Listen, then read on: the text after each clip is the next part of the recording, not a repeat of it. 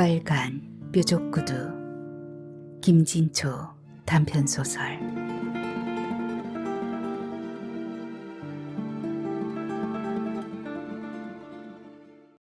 늦은 밤 걸려오는 전화는 선뜻 받기가 깨름직하다.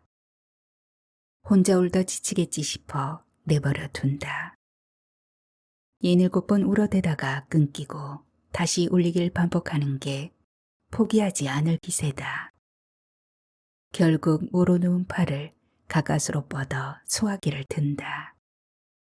나도 즐기지만 저쪽도 여간 즐긴 게 아니다. 바쁘냐? 밑도 끝도 없이 날아든 첫마디는 발 디딜 틈 없게 어질러진 방안을 훤히 꿰는 듯한 이모의 목소리였다. 아닌 게 아니라 저걸 다 치우려면 바쁘긴 바쁘겠구나 싶다. 올이 튀었다며 여자가 벗어놓고 간 스타킹이 아무렇게나 굴러다니고 먹다 남은 피자 조각과 찌그러진 맥주캔이 발에 차인다. 그뿐이랴. 오디오에선 시끄러운 음악이 흐르고 있었다. 여자가 좋아하는 재즈였다. 여자는 언제나 제멋대로였다. 주물러 줘. 많이 아파. 여자는 내게 오면 발부터 내밀었다. 냄새나니까 좀 씻고 와라. 여자는 들은 척도 않고 코앞에 발을 들이댔다. 주무르고 나서 오빠가 손 닦으면 되잖아. 여자의 발을 주무를 때면 어김없이 엄마의 발이 어른됐다. 여자의 발은 작았다. 엄마의 발은 어땠더라? 그러고 보니 엄마의 발은 주물러 주기는커녕 제대로 쳐다본 기억도 없다. 어렸을 때 흙이 본 후 왠지 징그럽고 끔찍하다는 생각에 외면하고 말았다. 다행히 긴 월남 치마를 입은 엄마는 앉을 때도 치맛자락으로 발을 아무렸다. 키가 작은 여자는 15cm짜리 킬 힐을 신었다. 여고 졸업 후 15cm 이하의 신발은 신은 적이 없다고 한다. 여자가 처음으로 신발을 벗었을 때 난 몹시 당황했다. 층계 하나를 내려선 듯 가슴께에 닿는 여자의 키가 왠지 안쓰러우면서도 낯설기 그지없어서. 또 꼬맹이라고 부르면 나 그냥 간다. 여자는 작았지만 꼬맹이는 아니었다. 그러나 나는 꼬맹이라고 부르길 좋아했다. 꼬맹아, 오늘 오빠가 확실하게 쏠 건데 재즈 카페 어때? 나 꼬맹이 아니야. 발칵 화를 내면서도 여자는 약속 장소에 어김없이 나타났다. 앞으로 고꾸라질 듯한 킬 힐을 신고서. 작고 가벼운 여자, 품에 쏙 드는 여자를 안으면서 여자에 대한 내 기준은 수정되었다. 크고 늘씬한 여자는 여분이 많아 내가 다 품을 수 없었다. 상대 여자 역시 여분의 씁쓸함을 어쩌지 못해 툭 하면 한눈을 팔았고, 작은 여자는 우선 품에 들어와서 좋았고 왠지 가엾다는 느낌에 뭐든 보호해주고 책임져줘야만 할 것 같다. 꼬맹이를 만나면서 내 안의 사내다움은 꿈틀대기 시작했다. 발을 주물러 달라는 떼거지만 없다면 더 바랄 게 없을 텐데 가끔 그게 걸렸다. 엄마 때문이다. 오디오 음량을 줄이기 위해 무심코 리모컨을 들다가 스르르 내려놓았다. 거침없고 사박스러우며 목청까지 큰 이모니까 굳이 음량을 줄일 이유가 없었다. 뭔 일 있어요? 물으려는 찰나였다. 아무리 바빠도 다녀가야겠다. 바쁘냐고 물어놓곤 무조건 다녀가란다. 고향을 멀리한 게 꼭 내 탓이란 말인가. 울적할 때마다 나는 잔디실을 사들고 고향에 숨어들었다. 이모 집엔 가끔 들렀고 대부분은 그냥 지나쳤다. 이모는 나만 보면 목청 높여 나무라다가 이내 코를 핑핑 풀며 엄마의 서러움을 들춰냈다. 그런 이모가 불편해서 나는 캡을 푹 눌러 쓰고 짙은 선글라스를 걸친 채 마을 어귀를 바쁘게 벗어나곤 했다. 대꾸가 없자 이모가 목소리 톤을 조금 더 높인다. 너 그럼 못 쓴다? 네 엄마가 널 어떻게 길렀는데? 예나 지금이나 이모에게 나는 늘 몹쓸 인간이다. 바로 이게 지겨워 당신을 피하는 줄 이모는 아마도 영영 모를 것이다. 아이고, 세상 온갖 새끼 중에 은공 모르기로는 사람 새끼가 으뜸이지. 핑핑 코푸는 소리가 효과음처럼 건너오고 나는 입을 꾹 다문 채 듣기만 한다. 여하튼 내일 아침 일찌감치 내려오너라. 여기 와서 조밥 먹을 생각하고. 이모는 내가 왜 내려가야 하는지도 설명하지 않은 채 전화를 끊고 말았다. 불규칙한 지불놀이 흔적과 함께 군데군데 걸음이 부려진 들판에 농부들의 모습은 보이지 않았다. 물이 오르기 시작하는 나무들만 잠옷 꿈틀대는 느낌이다. 겨우내 바랜 갈색 들판 뿌리깨로 불빛이 조물거리고 야산자락 양지엔 수줍은 연분홍이 다문다문 앉아있다. 차창에 맡겨진 한쪽 어깨가 따갑다. 뻔하지 뭐. 금잔디 좋은 거 봐뒀으니 떼짱 떠다가 묘 손질하는 얘기겠지. 젊어서부터 허리부실한 이모부를 부려먹을 수도 없고 탐나는 잔디 놓치기도 아까워 끌탕을 하다가 결국 나를 불러내리는 거실이라. 사실 일부러 늑장을 부렸다. 일찍 도착할수록 이모에게 오래 붙들려 괴로운 시간의 연장일 뿐이니까. 사발면 하나를 불어 터질 때까지 느릿느릿 먹었다. 흙이 덩어리로 뿌리에 엉겨붙은 떼장을 전하려는 일은 여간 힘든 게 아니다. 하지만 기껏해야 몇찌개 나르면 될 터이니 서두를 건 없었다.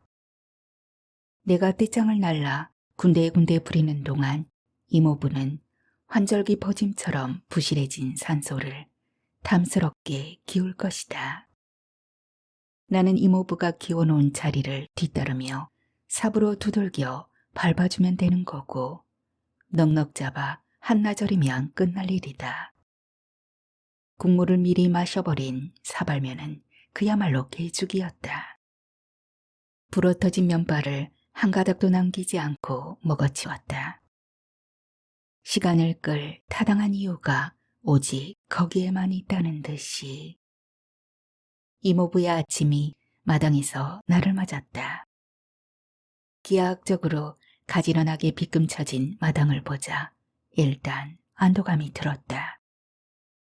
창문이 번하기 무섭게 기침해서 쌀이비로 마당을 썰며 하루를 시작하던 이모부. 변함없는 일상의 흔적 앞에서 나는 잠시 잊었던 평화를 느꼈다. 그런데 이상하게도 집안이 고요했다. 집이 비어 있었던 것이다. 그제야 괜한 시비가 아니었구나 싶었다.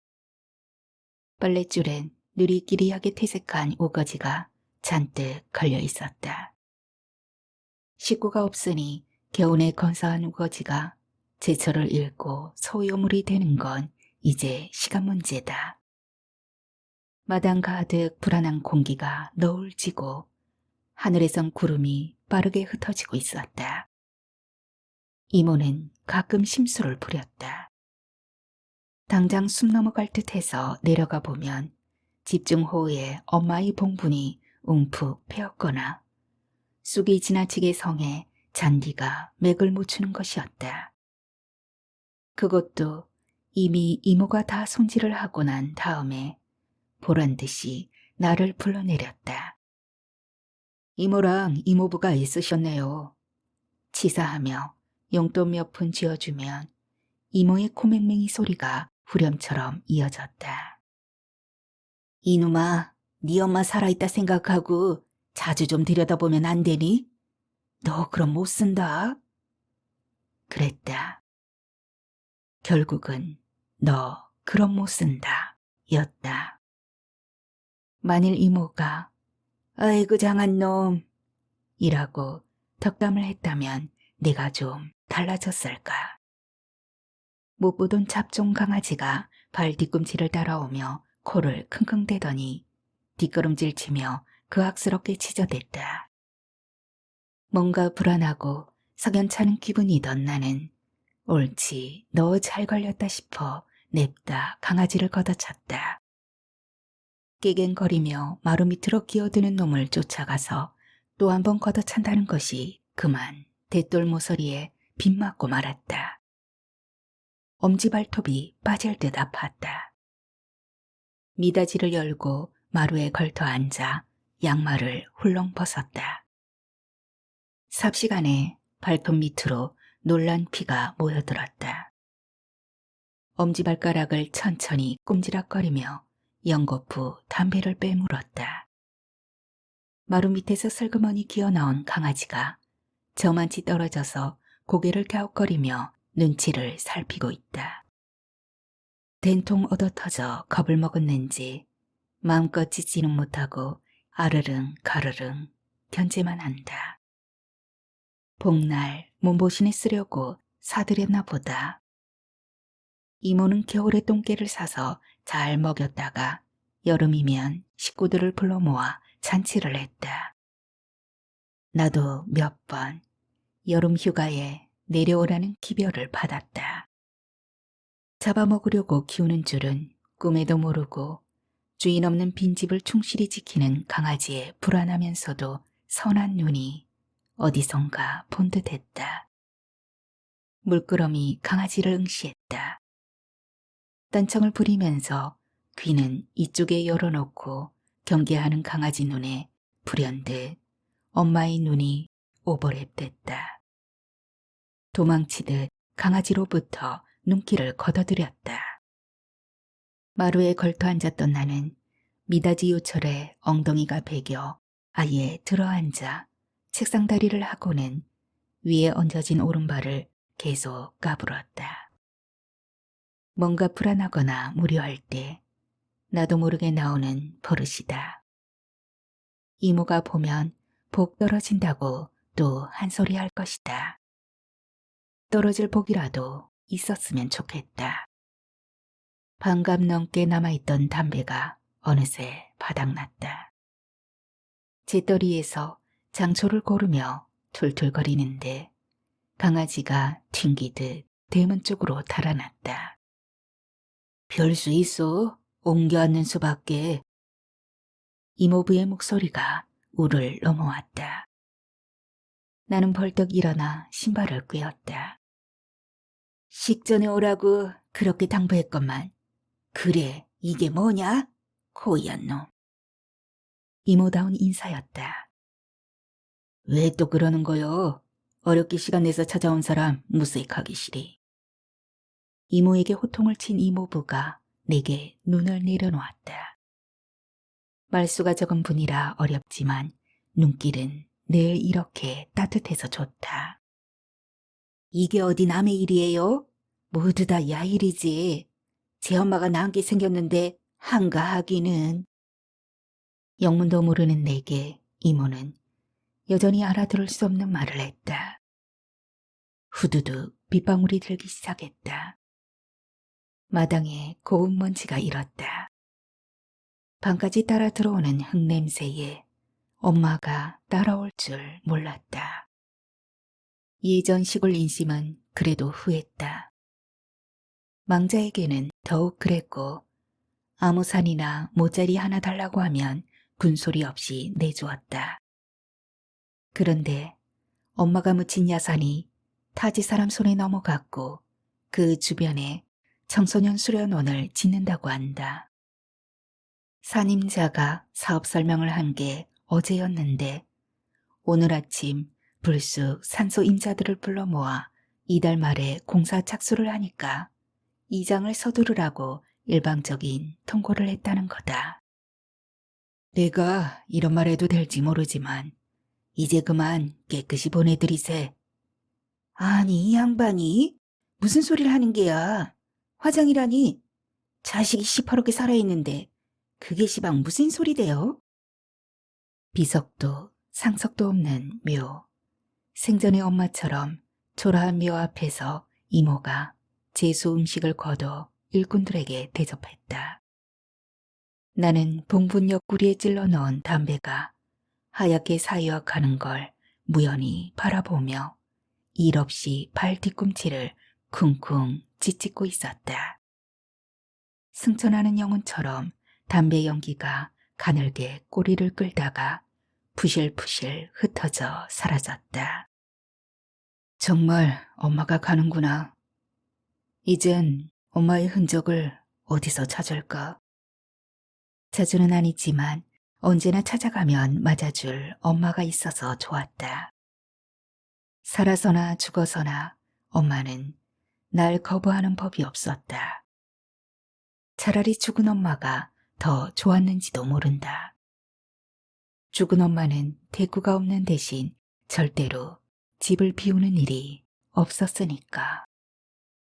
엄마가 외출을 한다.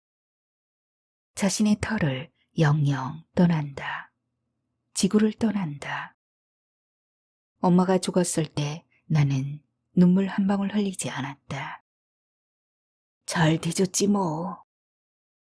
나는 옷을 갈아입고 살인문을 나섰다. 이 몹쓸 놈, 네가 사람이냐? 이모의 악다구니가 귀싸대기로 올라왔다. 이모의 손은 정말 매웠다. 엄마가 죽은 날 내 입술에선 탁한 핏물이 흘렀다. 주먹으로 입술을 훔친 나는 찝찝하고 비릿한 액체를 핥아먹었다. 이가 딱딱 부딪히게 추운 날이었다. 이제 일 좀 합시다. 탁배기로 목을 축인 일꾼들이 산적을 질겅질겅 씹으며 나를 비켜 세웠다. 파묘를 할 동안 나는 돌아서서 지천으로 핀 진달래를 우두커니 바라보았다. 아직은 감질나는 봄볕에 피어서 연하디 연한 색이다. 진달래는 손으로 만질 수 없는 꽃이다. 손을 대기가 무섭게 상처를 입어 변색되므로 그저 바라보아야만 한다. 이 꽃을 창꽃이라고도 부른단다. 또 다른 이름은 두견화고. 그렇지만 엄마는 진달래가 좋단다. 창꽃은 너무 도도하고 두견화는 고고하고 진달래란 이름이 가장 참하지 싶다. 이제 생각하니 엄마가 틀렸다. 창꽃이 맞을 것 같다. 건드리면 망가지는 꽃. 그러니까 참꽃 아닌가? 문득 꼬맹이가 보고 싶다. 왜 그랬을까? 그녀의 콤플렉스를 보듬어주는 척하면서 나는 그녀를 마구 학대했다. 때로는 그녀의 발을 주물러 주다가 발가락을 사납게 깨물었다.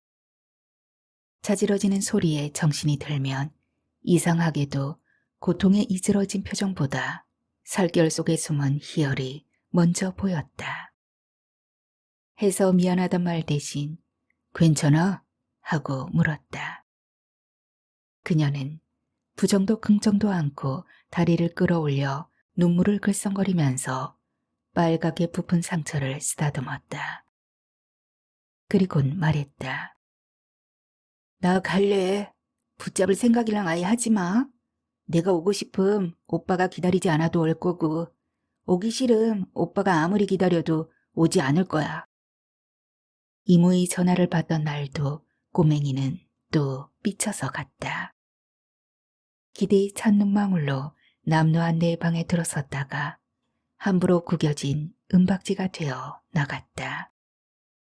아무래도 한동안 발걸음을 안을 것 같다. 어쩌면 영영 등을 돌릴지도 모른다. 엄마를 이렇게 보내고 그녀마저 잃는다면 몫은 없고 나머지만 있는 인생이 될 것이다. 때맞춰 잠수한 그녀. 사람이고 물건이고 꼭 필요할 때는 가까이에 없다. 수소문하고 싶은 마음을 달래며 기다리는 중이다. 언젠가는 그녀가 스스로 찾아올 것이라 믿으면서. 바람이 이쪽으로 부는지 진달래 향이 코끝을 간지린다. 가녀린 제 생김새처럼 은은한 제 색깔처럼 얌전한 향기다. 엄마는 봄이면 진달래 소를 담갔다. 진달래 꽃은 다른 꽃보다 꿀이 많아 술에 당도가 높다면서 어린 내 생각엔 그랬다. 진달래 꽃이 유난히 단 게 아니라 벌한테 도둑맞지 않아서일 거라고. 진달래 꽃이 필 때는 철이 일러 날 것들이 아직 극성을 피울 때가 아니지 않은가. 용케도 꽃잎만 쏙쏙 정갈하게 뽑아온 진달래 꽃을 항아리에 눌러 쟁일 때 엄마의 볼은 진달래색이었다. 우가 땅 좀 봐주련? 나는 구시렁거리면서 울 밖에 구덩이를 만들었다. 진달래는 항아리 가득 물러 담아도 가벼웠다. 어여쁜 꽃이라선지 무게가 없었다. 항아리를 번쩍 들어다 구덩이에 앉히면 엄마가 독한 막소주를 붓고 창호지로 밀봉한 다음 뚜껑을 덮었다. 진달래술을 두견주라고도 하는데 우리가 담은 이 술은 절대 두견주가 될 수 없어. 왜냐하면 두견주는 청주에 진달래꽃을 넣어 만드는데 엄마는 진달래꽃에 소주를 붓지 않니. 이래야 오래 두고 마셔도 변질이 안 돼. 나는 고개를 끄덕이며 퍼낸 흙으로 틈을 메우고 나머지 흙으로 봉분을 만들어 삽으로 살살 두들겼다. 해마다 봄이면 그랬다. 추석쯤 내가 없을 때 진달래술 무덤은 파헤쳐지곤 했다. 나는 늘 진달래술을 묻기만 했지 파지는 않았다. 없네? 삽작을 들어서면서 말하면 엄마는 대뜸 알아차렸다. 팔았지. 어디다? 해마다 사러 오는 사람이 있잖아. 평생 해수병으로 고생하는 사람 말이야. 얼마 받았어? 많이 받았지.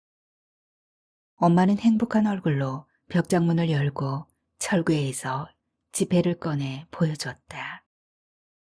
나도 좀 줘. 그럴까? 엄마는 흔쾌히 고액 지폐 한 장을 내 손에 쥐어줬다. 진달래술을 팔고 나면 엄마 얼굴은 한동안 진달래꽃처럼 발그레하게 피어 있었다. 그럴 때 엄마는 자신이 절뚝거린다는 사실도 잊고 바쁘게 동네를 쏘다녔다.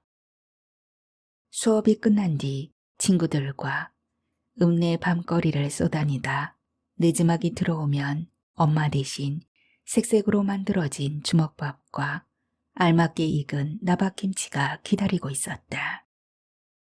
제기랄, 돈이 생기면 개도 소도 바빠지는구나.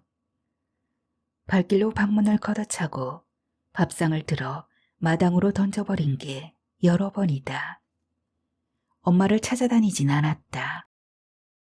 혼자 씩씩거리며 분을 사귀다가 제풀에 지쳐 잠이 들었다. 다음 날 아침 엄마는 아무 말 없이 양은 쟁반에 밥을 차려줬다. 전날 밤 상이 부서진 건 일체 입에 담지 않았다.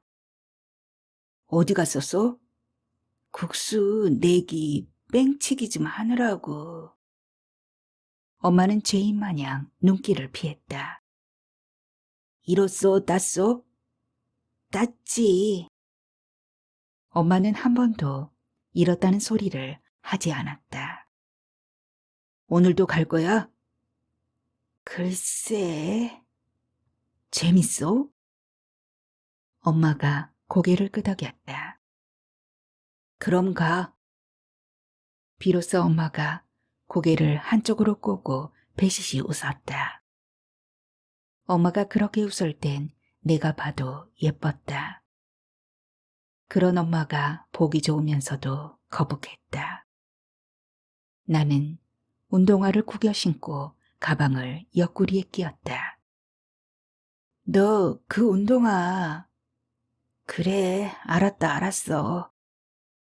엄마의 잔소리가 내 발 뒤꿈치에서 얼굴로 향하다가 구겨진 미간에서 미끄러져 내렸다.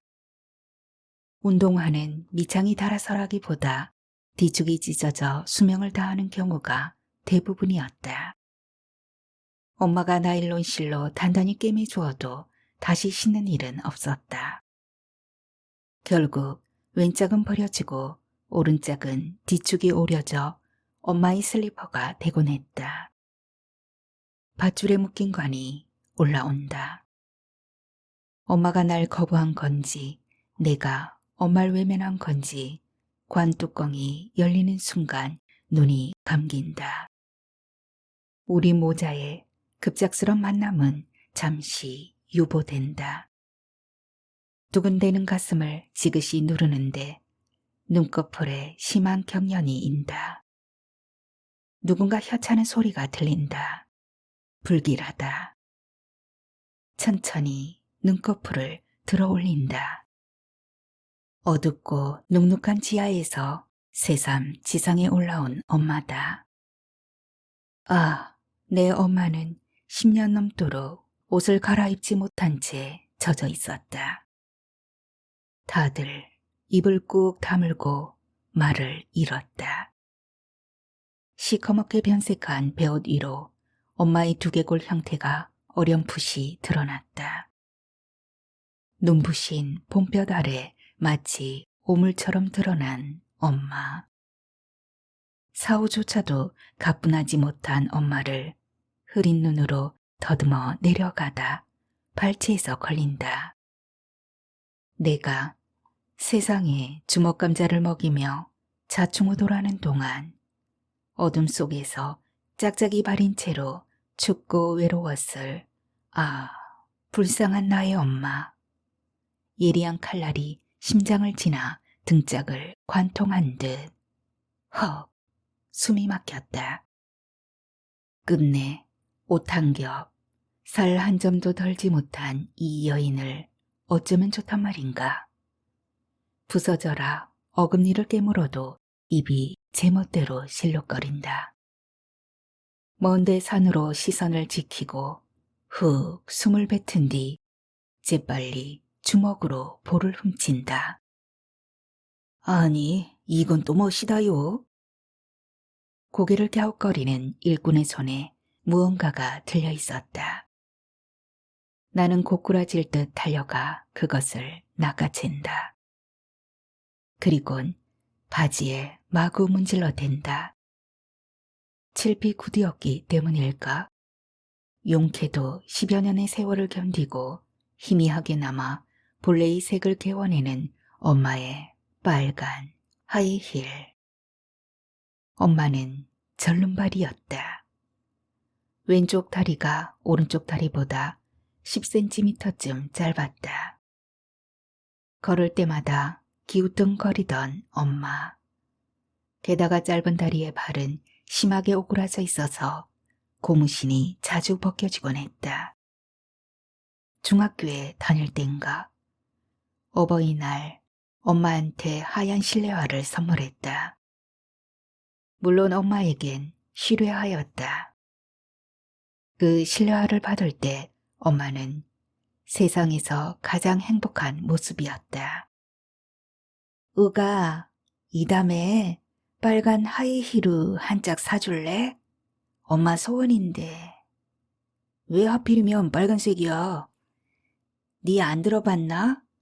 똑똑 오솔길에 빨간 구두 아가씨 하면서 남이래가 부르던 유행가. 엄마가 어떻게 뾰족 구두를 신는다고 그래? 그러니까 한 짝만 사달라고 안 하나. 목발을 짚고라도 한번 신어볼란다. 그랬구나. 엄마도 그런 구두가 신고 싶었구나. 엄마도 여자라는 걸 확인하자 왠지 모를 배신감이 들었다. 남들이 보면 꼴값 떤다 그래. 제발 그것만은 참아주라 엄마. 엄마가 시무룩해졌다. 그렇겠지. 그럼 아무도 안 보는 야밤에 마당에서 나 혼자 신고 다니는 것도 안 될까? 알았어, 알았어. 이 다음에 첫 월급 받으면 속옷 대신 빨간 하이힐 사줄게. 목발도 새 걸로 사주고 말이야. 됐어? 그제야 엄마 얼굴이 환해졌다. 그러나 나는 끝내 빨간 하이힐을 사줄 수 없었다. 자식이 성공하기는커녕 다 잘하는 것도 기다리지 못하고 엄마가 갔으니까. 죽기 전날 엄마는 생애 2번째 외출을 했다. 그리고 이튿날 아침 당산목에 늘어진 모습으로 발견됐다. 난 그를 안다. 얼굴 한 번 본 적 없지만 분명히 존재하는 그를. 그는 세발 자전거로 왔다. 6살쯤이었던가? 눈 내린 크리스마스 아침이었다. 마당에 세발 자전거가 있었다. 쭈뼛거리며 다가가 조심스레 쓸어보자 엄마가 미소를 깨문 채 말했다. 우리 웅이한테 산타크로스 할아버지가 선물했나 보다. 정말? 그럼 정말이고 말고 우리 웅이가 착한 아이란 걸 산타가 모르면 누가 알겠니? 나는 신이 나서 눈곱도 안 떼고 이모네 집으로 달려갔다.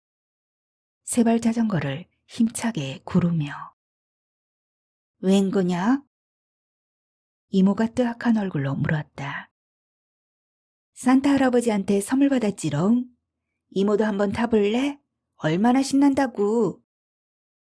나는 신발에 묻은 눈을 탈탈 털면서 세발 자전거에서 멈춘 3개의 줄을 자랑스럽게 바라보았다.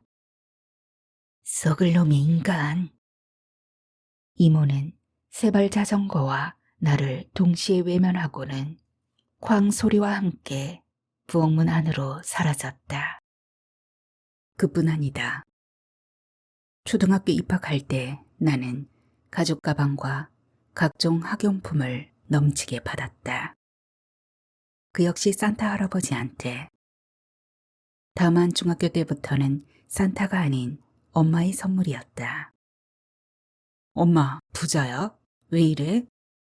널 위해 엄마가 한 푼 두 푼 모아둔 게 있었어. 믿을 수도 안 믿을 수도 없었다. 엄마가 돈을 모으다니 도대체 어떻게? 엄마는 안증걸음으로 하는 김매기 품팔이도 제대로 할 수 없었다. 가끔 장에 내다 팔 야채를 다듬어주는 일이 있긴 했지만 그것으로는 2 식구 먹고 살기도 부족했다. 사정이 그러함에도 엄마는 수업료나 잡부금을 늦게 내주는 법이 없었다. 다만 엄마가 알뜰한 것은 알았다. 무엇 하나 허투루 버리는 일이 없었고 여름날 신밥조차 물에 헹궈내 맛난 듯이 먹었으니까. 엄마, 차라리 굶자. 그게 뭐야? 내가 숟가락을 집어던지면 엄마는 금방 무춤해져서 내 눈치를 살폈다. 엄마가 요량이 없어서 그랬어. 다음부터는 밥을 조금씩만 할게. 엄마의 첫 번째 외출은 좀 길었다고 한다. 6개월쯤 됐다고 하니까. 6개월 동안 어디에 있었는지 엄마는 이모에게도 항거했다고 한다. 그러나 불러오는 배를 언제까지나 감출 수는 없었다. 엄마는 첫 번째 외출에서 나를 가졌고 두 번째 외출 후 나를 버렸다. 고등학교 입학금을 낼 즈음이었다. 영하 10도를 오르내리던 매운 날씨, 엄마의 시신은 성의 없이 간소한 동태 같았다. 아랫목에 병풍을 치고 군부를 그렇게 떼도 앞으로 꺾인 엄마의 목은 제자리로 돌아오지 않았다. 결국 염쟁이 영감이 있는 힘을 다해 뒤로 제꼈다. 칠성판에 놓인 엄마 목은 제자리로 가기 위해 부러져야 했다. 생나무를 무릎에 대고 꺾을 때 나는 투두둑 소리를 분명히 들었다. 다리 바보인 엄마는 그렇게 목마저 바보가 되고 말았다. 풀이 센 베옷을 입은 엄마의 등짝에 7개의 넓은 삼백끈이 놓여졌다. 매듭을 지으면 안 되기에 좌우에서 장정 두 사람이 제 앞에 있는 끈을 세 가닥 내어 서로의 끈을 바꿔 바짝 틀어친 다음 관자놀이 핏줄이 터지게 힘껏 잡아당기곤 서로의 끈을 바꿔쥐고 다시 힘써 잡아당겼다. 그리곤 몇 번 더 끈을 꼬고 나서 한쪽 끈을 고리처럼 만들어 염해진 틈에 넣고 남은 끈을 고리에 건 다음 다시 야무지게 잡아당겼다. 동쪽엔 7개의 넓은 끈이 있고 앞쪽은 그것들을 다시 3등분했기에 21개의 끈이 되는 셈이다. 멀쩡한 사람도 그렇게 오라를 지으면 죽을 수밖에 없으리라. 혹시라도 살아날까 두려워 야무지게 결박하는 게 바로 염이었다. 여보게 호흡 좀 잘 맞추게. 양쪽 힘이 다르니까 시신이 희지 않나. 엄마 머리맡에서 염쟁이 영감이 잔소리를 했다. 엄동설아님에도 염습하는 사람들 이마엔 구슬땀이 흘렀다. 사자에 대한 예의로 기운을 뺐기 때문이래라. 마지막 끈을 여밀 때 나는 소리를 질렀다. 잠깐만요. 우리 엄마 다리는 짝짝이라서 좌우 발목이 다르니까 짧은 쪽에 맞춰서 묶어주세요. 염습이 끝나자 머리끝에서 발끝까지 털럭 한 올도 베지 않게 엄마는 포장됐다. 깡말랐던 엄마가 뻣뻣한 배옷 덕분에 두툼하게 살이 올라 있었다. 이모가 손수 닦아주고 분도 두드려주고 입술도 칠해 제법 화사했던 엄마의 마지막을 되풀이해 그리고 또 그리며 머릿속에 입력했다. 입관한 후 관과 시신 사이 빈틈에 햇솜을 꼭꼭 채웠다. 운구도중 시신이 흔들릴까봐 그리하는 것 같았다. 관 뚜껑을 덮기 전 나는 또 한 번 소리를 질렀다. 잠깐만요. 나는 벽장을 향했다. 사람들의 눈길이 일제히 나를 따라왔다. 잠시 호흡을 걸렀다. 사람들의 눈길이 주춤거렸다. 벽장문을 활짝 연 나는 엄마의 소원을 꺼냈다. 호상을 보느라 분주한 이모부에게 손을 내밀어 마련한 것이었다. 반짝반짝 윤이 나는 빨간 칠피 구두. 사람들의 눈이 휘둥그레졌다. 우리 엄마 소원이었어요. 함께 보내야 해요. 엄마 발 밑 하얀 햇솜 위에 빨간 구두가 놓였다. 눈길에 떨어진 흙장미처럼 비현실적인 색깔이었다. 가슴 저 밑바닥에서 아련한 슬픔이 너울져 왔다. 엄마, 다음에 마음대로 신발을 골라 신을 수 있는 몸으로 태어나. 까짓 신발 하나도 마음대로 못 신다니 말이 돼? 관 뚜껑을 덮고 나무 못을 쳤다. 상주는 상징적으로 못을 하나만 치면 되는데 굳이 모든 못을 다 박았다. 다른 사람은 다 나를 버려도 엄마만은 끝까지 지켜줄 줄 믿었다. 그런데 엄마가 먼저 나를 버리지 않았는가. 아, 야속한 나의 절름발이 엄마. 이게 뭐니? 유품을 정리하던 이모가 내민 건 심상치 않은 모양으로 접힌 베네 저고리였다. 관심 없어. 방문을 벌컥 열고 나와 변소에서 담배를 빼물었다. 바보. 베네 저고리를 간수하던 마음으로 좀 더 날 간수해주면 어디가 더 난데? 그놈의 베네 저고리 확 불사질러 버릴까 보다. 모순투성이 모정에 다시금 심사가 사나워졌다. 에휴, 썩을 놈의 인간. 이모가 희청거리며 대문을 나섰다. 나는 이모가 풀어놓은 베네 저고리 앞으로 다가갔다. 그 속에는 내가 대학을 마치고도 남을 예금 통장이 있었다. 통장의 마지막 예금일은 엄마가 목을 매던 날이었고 그날의 예금액은 그 이전의 예금을 몽땅 합친 것에 몇 곱이었다. 썩을 놈의 인간? 나는 이모가 뱉은 말을 곱씹었다. 혹시 세발 자전거를 사주었던 그 인간? 검게 변색한 배우 속의 엄마는 낯설었다. 삶을 버린 후에 10여 년도 엄마에게 그리 편하지 않았나 보다. 내가 물이 들었어. 일꾼 중 연장자인 듯한 사람이 혀를 끌끌 찼다. 그래, 차라리 잘된 일이다. 자리가 안 좋을 바엔 화장이 낫지. 이모가 씁쓸한 표정으로 먼 하늘을 올려다봤다. 일꾼들이 철사걸망 위에 번개탄을 여러 겹 깔고 장작을 쌓은 뒤 그 위에 아직도 무게를 덜지 못한 엄마를 수습했다. 한 초롱의 석유와 약간의 신나가 부어졌다. 누군가 불을 당기려는 순간 나는 엎어질 듯 튕겨나갔다. 제가 하겠습니다. 왠지 그래야 할 것 같았다.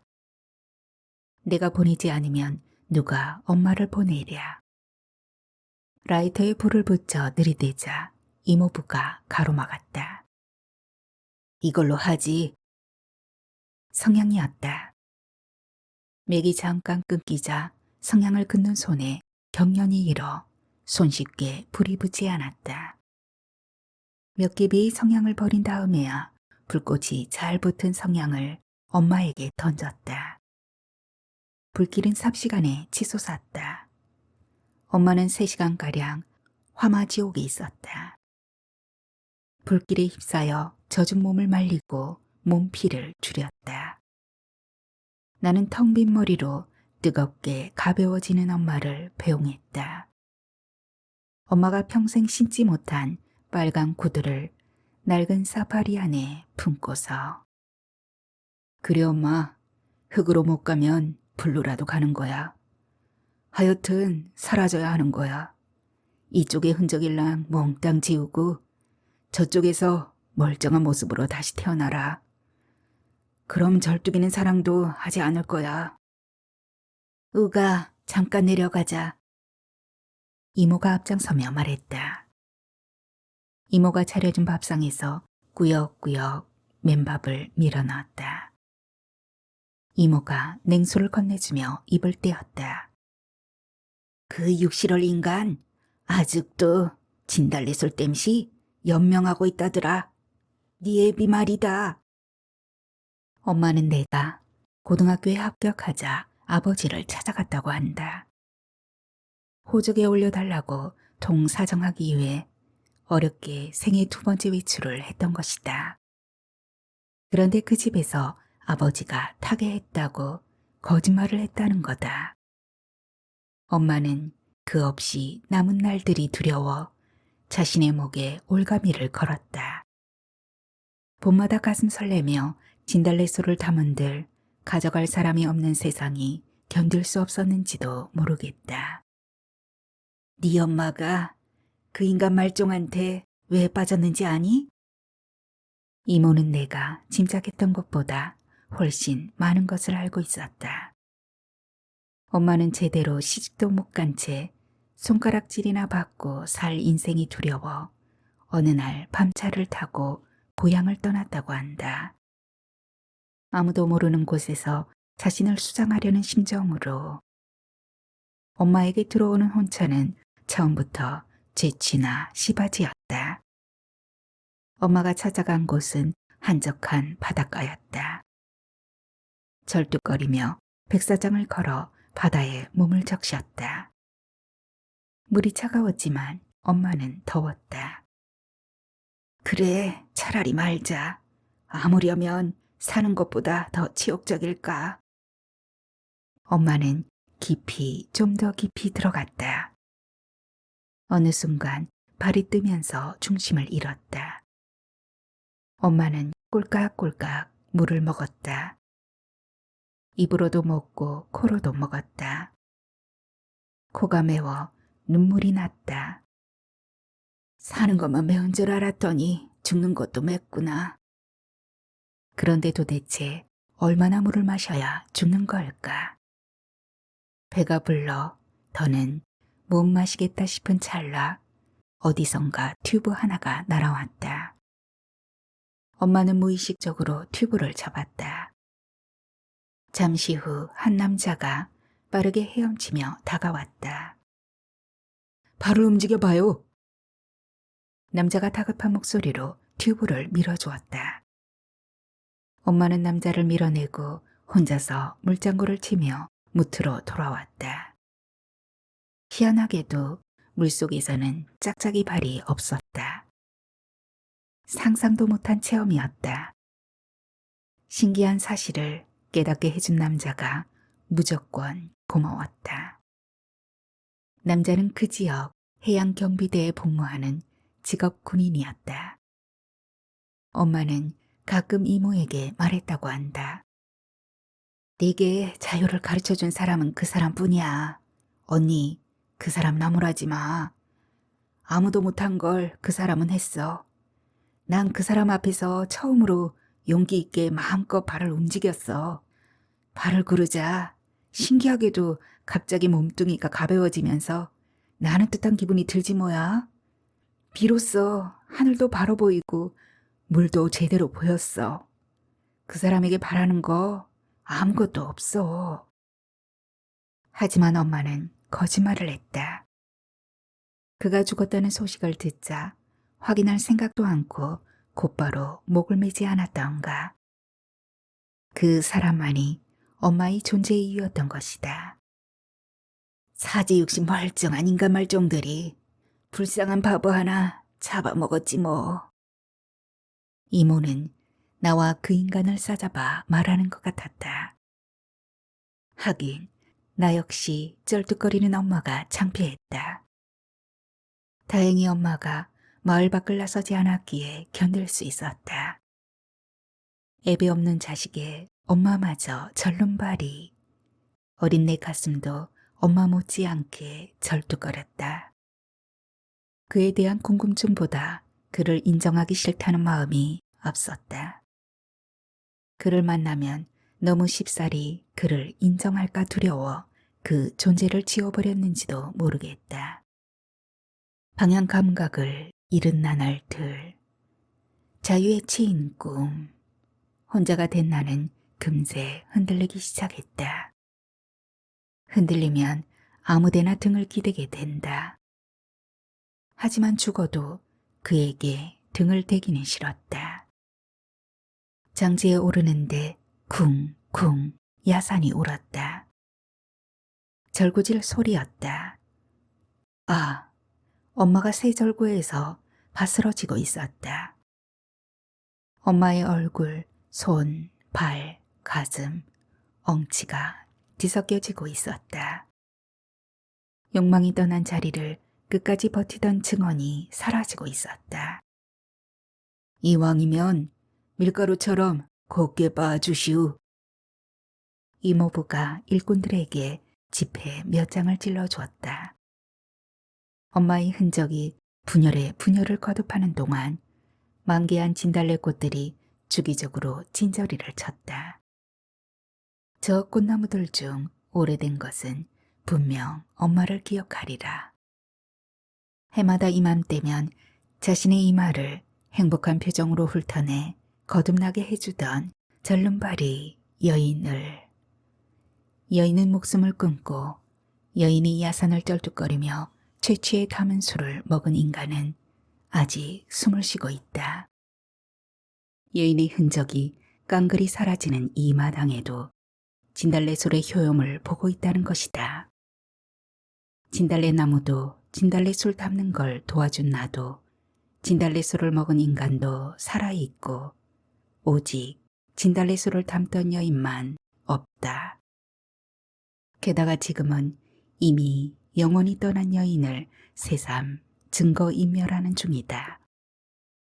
사람은 지구에서 몇 번을 죽어야 아주 죽는 것일까?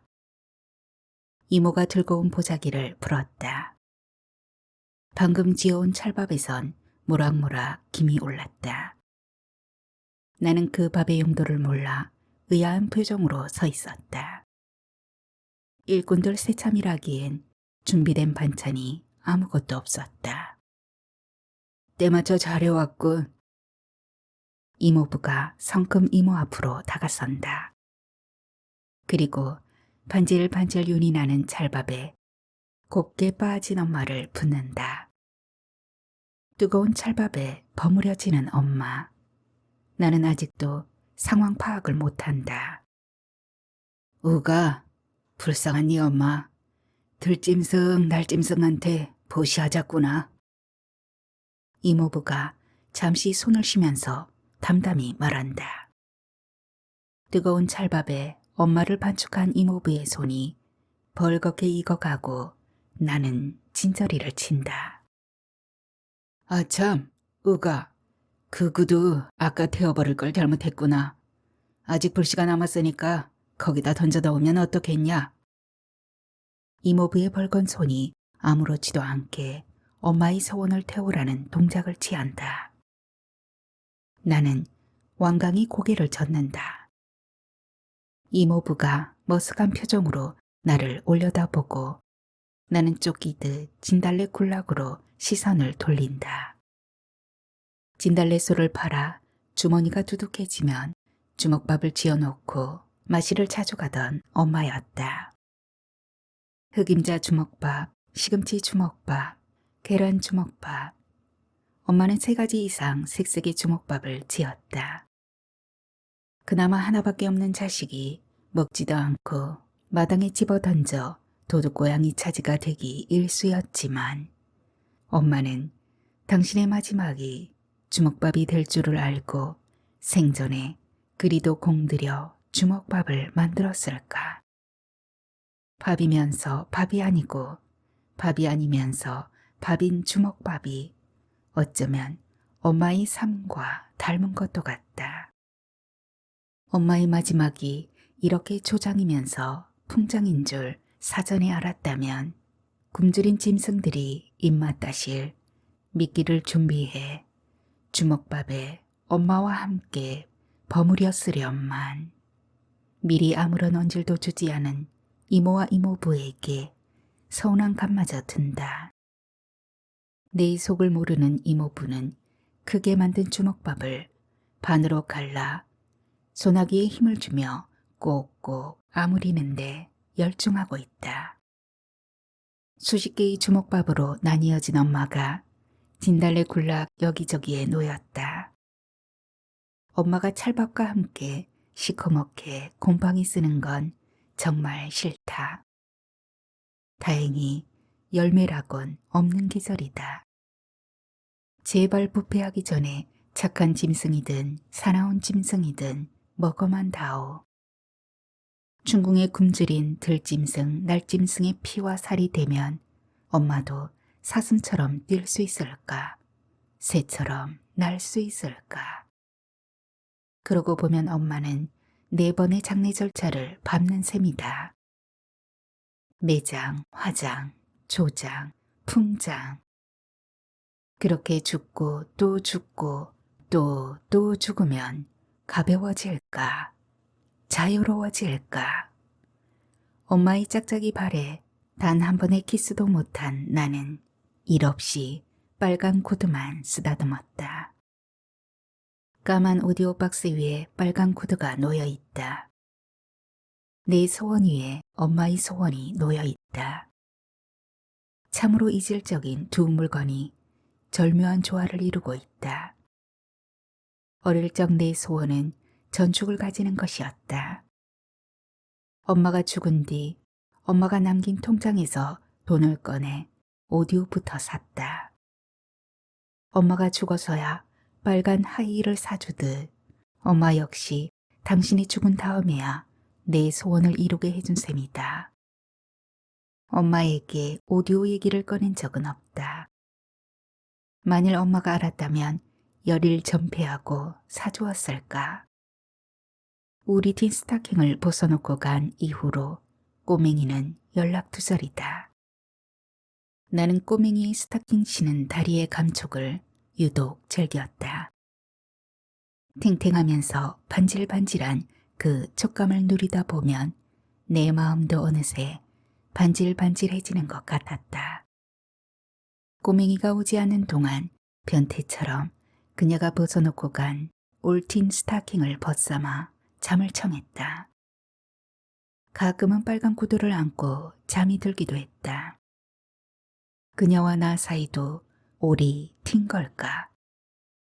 스타킹은 완강한 직선으로 올이 튀고 일단 올이 튄 스타킹은 그대로 폐기 처분된다. 밤이라 어두워서 보이지도 않을 텐데 그냥 신고 가지 그래.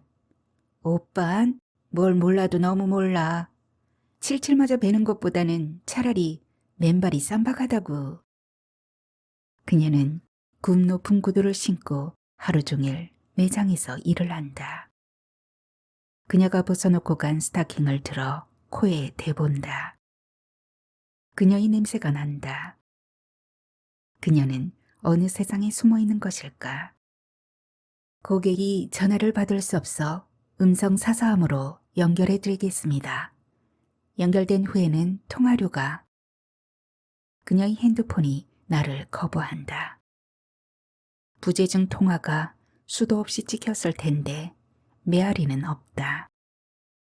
지지배야, 되졌냐? 딱 한 번 음성을 남겼다. 여전히 그녀는 묵묵부답. 지금 그녀는 세상에 없다. 다른 세상으로 잠시 외출한 모양이다. 나도 외출을 한다.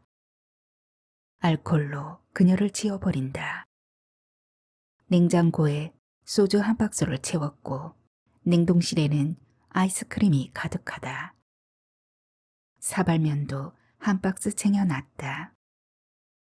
한동안 밖에 나가지 않아도 될 것이다. 오늘은 종일 사발면 1개와 소주 5병을 비웠다. 아이스크림은 소주 안주다. 쓴 것의 안주는 단 것이고 단 것의 안주는 쓴 것. 뜨거운 술과 차가운 아이스크림은 더없이 훌륭한 궁합이다. 냉동실을 열어 손에 잡히는 대로 꺼낸다. 주스바도 좋고 월드콘도 좋다. 아이스크림 하나면 소주 1병은 거뜬히 마실 수 있다. 저놈의 빨간 구두에 귀신이 붙었는지 저걸 가져온 이후로 되는 일이 없다. 엉뚱한 일로 드자비를 하다가 일자리에서 밀려났고 생전 처음 마음 붙였던 여자는 종적을 감췄다. 이모부 말대로 차라리 태워버렸으면 탈이 없었을라나. 라디오에 맞춰놓은 오디오에서 흘러간 가요가 나온다. 어디선가 들은 노래다. 솔솔 오솔길에 빨간 구두 아가씨, 똑똑똑 구두 소리 어딜 가나 한 번쯤 뒤돌아 볼 만도 한데 발걸음만 하나 둘 세며 가는지 빨간 구두 아가씨. 엄마가 빨간 구두를 신고 무대에서 춤을 추고 있다. 무대 아래에 나는 손뼉으로 박자를 맞추며 엄마를 응원하는 중이다. 엄마의 다리가 멀쩡하다. 행복에 겨운 엄마의 눈길이 내게 닿는다. 느슨하게 풀어진 아름다운 얼굴이다. 내가 웃자 엄마도 웃는다. 엄마가 웃다가 발을 헛디뎌 넘어진다. 어두운 객석이 술렁거린다. 사람들이 하나둘 일어나고 뭐야, 뭐야? 제각기 다른 여러 갈래의 목소리가 웅성거리기 시작한다. 나는 사람들을 헤치고 엄마를 향해 달려간다. 엄마가 넘어진 채 고통스러운 얼굴로 내 손을 잡는다. 에휴, 씨.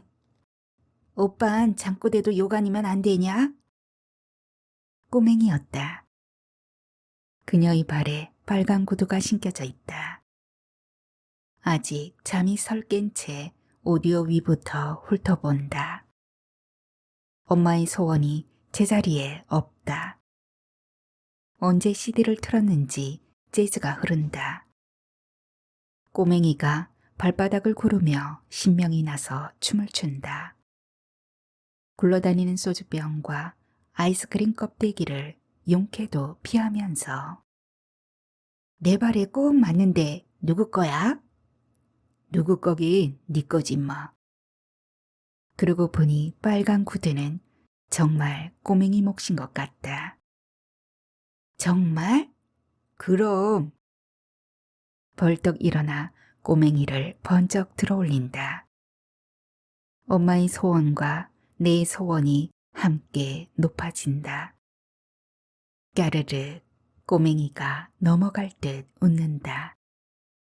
아무 설명도 요구하지 않고 태연하게 웃기만 하는 여자 앞에서 내 팔이 기억하는 무게보다 훨씬 가벼워진 여자 앞에서 나는 아무것도 따질 필요를 못 느낀다.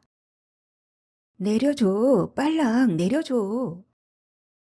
버둥거리는 여자의 엄지발가락을 찾아 입에 무는데 얼핏 못생긴 내 발이 보인다.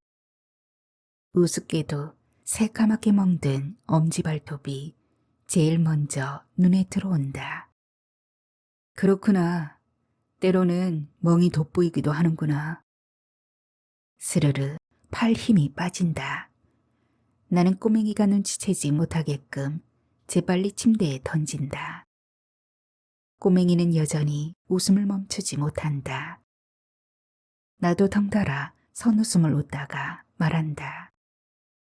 우리 엄마 또 당했어. 이젠 아주 갔다. 꼬맹이가 웃음을 뚝 그치고는 내게 다가와 괜찮아, 괜찮아 하면서 어깨를 감싸고 토닥여 준다. 오빠가 지우지 않으면 가도 간 게 아냐. 침대 밑에 빨간 구두가 하나는 바로 하나는 뒤집어진 채 윙크를 한다. 나도 한쪽 눈을 찡긋한다. 분명 한쪽 눈만 감았는데 두 눈이 다 감긴다. 나는 한 번도 윙크해 본 적이 없었던가? 내일부터는 윙크 연습을 해야겠다. 할 일이 있는 내일이 있어서 기분이 좋다. 꼬맹이가 부시럭대며 일어나 가방을 뒤지더니 뭔가를 마신다. 그리곤 다가와 입술을 찾는다. 그녀가 내 입술을 열고 뭔가를 흘려 넣어준다. 뭔지도 모른 채 나는 그것을 꿀꺽꿀꺽 받아 마신다. 술 같기도 하고 약 같기도 하다. 뭐야? 좋은 거. 그녀는 거푸 3번을 그렇게 입에 물고 와서 내게 흘려주었다. 너도 먹지 그러냐? 그녀가 한 모금도 삼키지 않았다는 느낌에 그렇게 말했다. 나한텐 무용지물이야. 도대체 뭔데 그게? 득연주, 내 고향이 당진군 면천면이라는 거 기억하기는 해? 그딴 거 기억해서 뭐하냐? 네 몸뚱이만 기억하면 되지. 나는 그녀의 안쓰러운 발을 정성스럽게 쓰다듬기 시작한다. 그러다가 그녀의 발가락을 입에 문다. 실수로라도 깨물면 안 돼. 정신을 수습하면서 우리 고향 특산품이야. 아무래도 오빤 담배 끊기 어려울 것 같아서 내가 이러는 거 싫어? 꼴초에게 호염이 있는 줄 여자도 아는 것 같다. 소주가 들어간 엄마의 진달래 술보다는 청주로 만든 두견주가 한결 순하다. 그래, 꼬맹이. 너는 엄마처럼 독하지 마라. 쩔뚝거리지도 마라. 그래 싫어. 하지만 좋아. 엄마의 정성으로 아직도 살아있는 세발 자전거의 그 남자가 떠올랐다. 그래서 싫다는 말이 먼저 튀어나왔다. 여자가 배시시 웃더니 빨간 구두를 제자리 까만 오디오 박스 위에 가지런히 올려놓는다. 엄마와 나의 꿈이 제자리에서 당당하다. 딱 한 번이라도 하이힐이 신고 싶었던 엄마. 하이힐이 아니고는 어떤 신발도 신지 않는 여자. 이 두 여인은 내 몫의 업인지도 모르겠다. 정말 다행이다. 내가 아직 미혼인 게. 세발 자전거의 그는 엄마를 만났을 때 기혼이었다. 그렇지만 나는 아니다. 아니다.